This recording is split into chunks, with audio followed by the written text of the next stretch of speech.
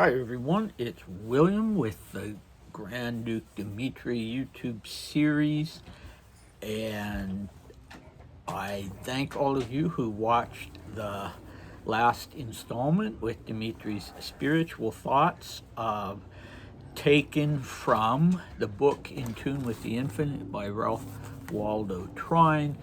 But oddly enough, even though a lot of it is paraphrasing and some of it is quotes in this spiritual journal, it still has, to me, even more than some portions of the diary, it's easy to almost feel, to put it mystically, the place that Dmitri was at when he was writing those things, because he wasn't doing it indifferently at all.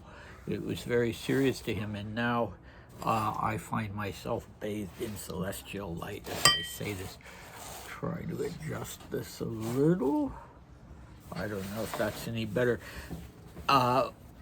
Anyway, I am going to we'll finish up with Dimitri's writings on Trine today, by certainly not by reading every word that Dmitri wrote in his journal, but by looking at the things that clearly had the most impact on him, because he underlined, sometimes very boldly underlined the things that were most on his mind. But when we resume with the next video, we'll be doing another one of his letters. I found that I had not typed this one into my computer. I knew there were other letters, other of these early letters, relatively speaking, that I had not done in the video series. So I'm glad to have found one of those. It's undated, it's May 1909, but it looks really excellent. Just skimming through it, talking about Nicholas II's daughters and court activities and very interesting stuff. But I have not translated it yet, and so I'm going to give myself a little time to do that and to try to puzzle out some of the words that, when I initially was working on this letter, I didn't decipher. Oh, here's an interesting line. In short, I did everything possible so as to go straight to hell after I die. Okay, we'll find out about that. Meantime, returning to the spiritual journal, the first little part that I want to read is a part that is titled The Secret Power and Effect of Love. And here's what Dmitri took from that chapter and wrote down in his journal. Look always for the good, and you will find it. Don't be selfish. The truly loved man is never selfish. To the degree we hold a person in the thought of evil or error, so we suggest evil or error to him.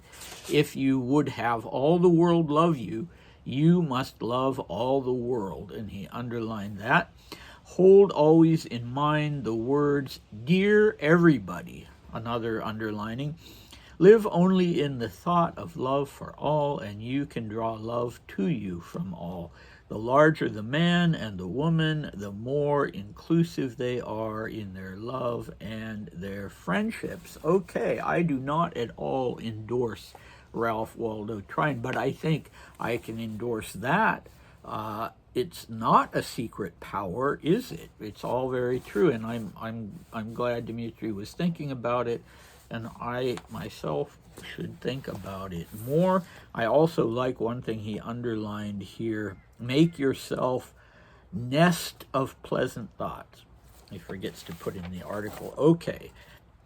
Then we go on, and I can show you the headings. The next one is wisdom and interior illumination. Some little person has colored on this with an orange crayon. Okay, what has he underlined? Be true to your own soul. That is the voice of God. And then let's see, he doesn't underline a lot in that section on wisdom and illumination. We have some significant underlining in the section called sleep. And Dmitri had some sleep issues at various times in his life. When he was anxious about something, he would pace the floor. He would find it difficult to sleep. Later on, he would be pretty much an insomniac who would like to have someone, he liked when he could to have someone sit up with him and talk, and then sleep, you know, into the day.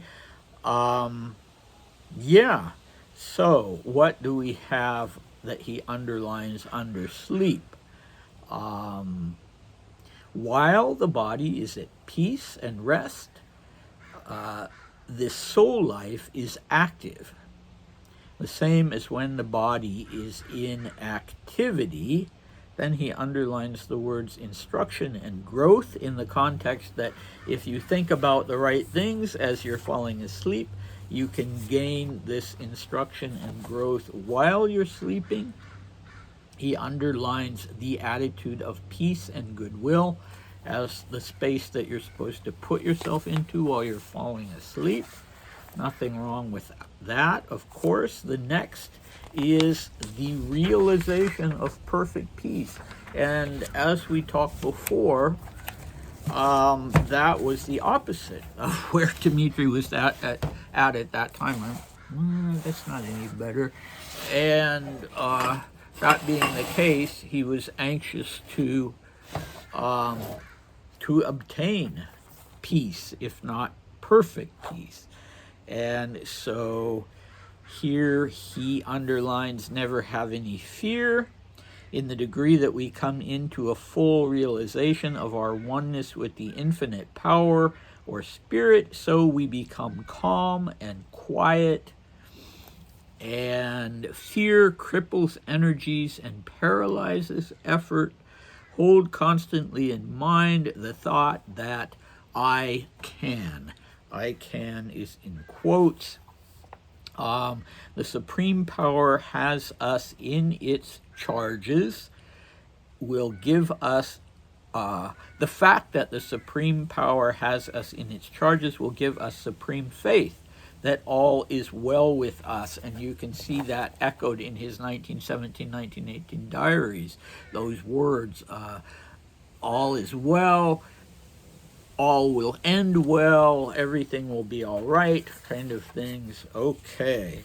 And then from there, moving on to one that he does a lot of underlining, and that is coming into fullness of power. And he felt so helpless, and he was helpless to do anything for his loved ones back in Russia. And he felt bad that he wasn't really trying to do anything. But on the other hand, he was getting strong advice not to go back, not to go, even with the troops into the Caucasus. So who can blame him? Here he underlines the true secret of power lies in keeping one's connection with God, with the infinite power. Then going on from there, he's always underlining. He underlines environment, individuality, conditions, and then again infinite power. And then there's this whole paragraph that's underlined. There is but one source of power in the universe. Whatever you are, know that to catch and take captive the secret of power is to work in conjunction with the infinite power in order that it may continually work and manifest through you. So this is basically, all pretty much the same stuff. Next, plenty of all things the way of prosperity. Okay. We've got some significant underlining here of a paragraph. Whatever the circumstances are, you must realize that you have within you forces and powers that you can set to work that will triumph over any and all apparent or temporary losses. So that was very much on topic for him at that moment in his life. He had no idea what his situation would be with respect to money. He'd lost a lot of money by gambling. And he's underlined, always look forward to better things and be absolutely faithful to the thought that better times will come. Affirm prosperity to yourself. See yourself in a prosperous condition. Let's see, affirming it calmly and quietly, but strongly and absolutely confidently. All right, and another underlined paragraph. Don't fold your hands and expect things to drop into your lap, but set into operations the highest forces, your oneness with the infinite power, and take hold of the first thing that offers itself to you. So this again was another problem that Dmitri had, and that was taking initiative and sort of dithering. And he knew that about himself, and he talked about that. And he liked to use the expression, fold your hands. He would usually add on your belly. It was an expression that he used before he encountered Trine. He used it in Russia. Don't fold your hands on your belly, meaning don't sit on your hands would be the usual English idiom. And he also underlines, do it well. Do what your hands find to do, and do it well. And he underlines the do it well part of that. And to, take hold of the first thing that offers itself to you. Don't let opportunities pass by. And then he underlines faith. Absolute faith is the only law of true success. And you can see that he writes that and underlines that very boldly. So faith is the only law of true success. Then he underlines another paragraph. If we firmly establish and hold to the higher realization of our oneness with the infinite spirit, things will seem continually to come our way. And then further down the page, wisely using, brings an ever-renewing gain, not by hoarding, but by wisely using and ridding ourselves of things as they come, as an ever-renewing supply will be ours. Okay, well, hoarding is certainly a bad idea, but I don't think that was ever Dmitri's problem, so I'm not sure why he underlined that in particular. Then he underlines some more about the mental healing,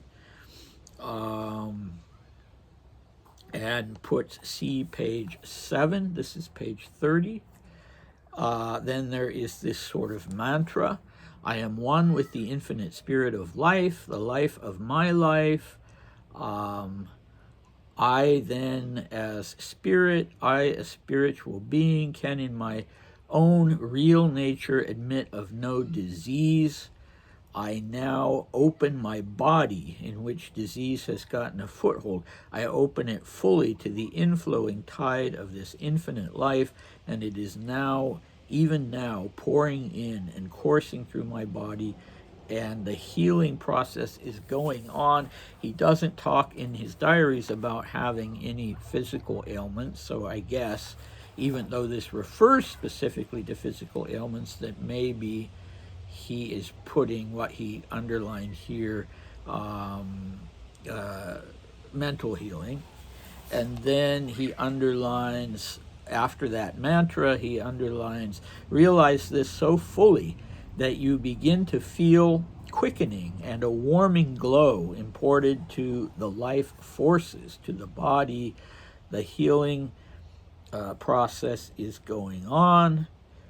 Believe it and hold continually to it. And those are the things that he wanted to write down from Trine over the course of 30 pages. The Trine book is a long book, so this is sort of him, what in particular he was focusing on.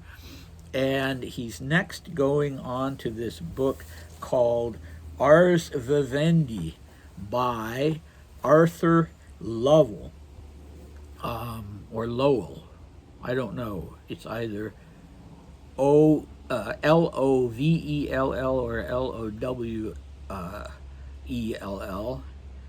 I don't have that book. I should get that book, assuming one still can. But all he writes for Ars Vivendi is that poem that I read an excerpt from in the last video, the poem by Longfellow, The Light of Stars. And here again, he's done some significant underlining. So you can see he's written the stanzas of the poem. And here he's done a lot of underlining. So what has he underlined? Let's see. O star of strength, I see thee stand and smile upon my pain. Thou beckonest with thy mailed hand, and I am strong again. Within my breast there is no light, but the cold light of stars. I give the first watch of the night to the red planet Mars.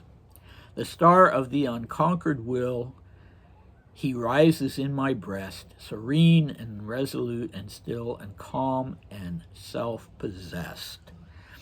I fear not in a world like this. Oh, fear not in a world like this, he corrects it. And thou shalt know ere long, know how sublime a thing it is to suffer and be strong. So you can see from that what is going on with him, to wit, he is feeling weak and irresolute and not manly. So he makes this note here. P.S. Mars is symbolical of manly strength. And then what else? See page 80. Mantra to read. Oh, okay.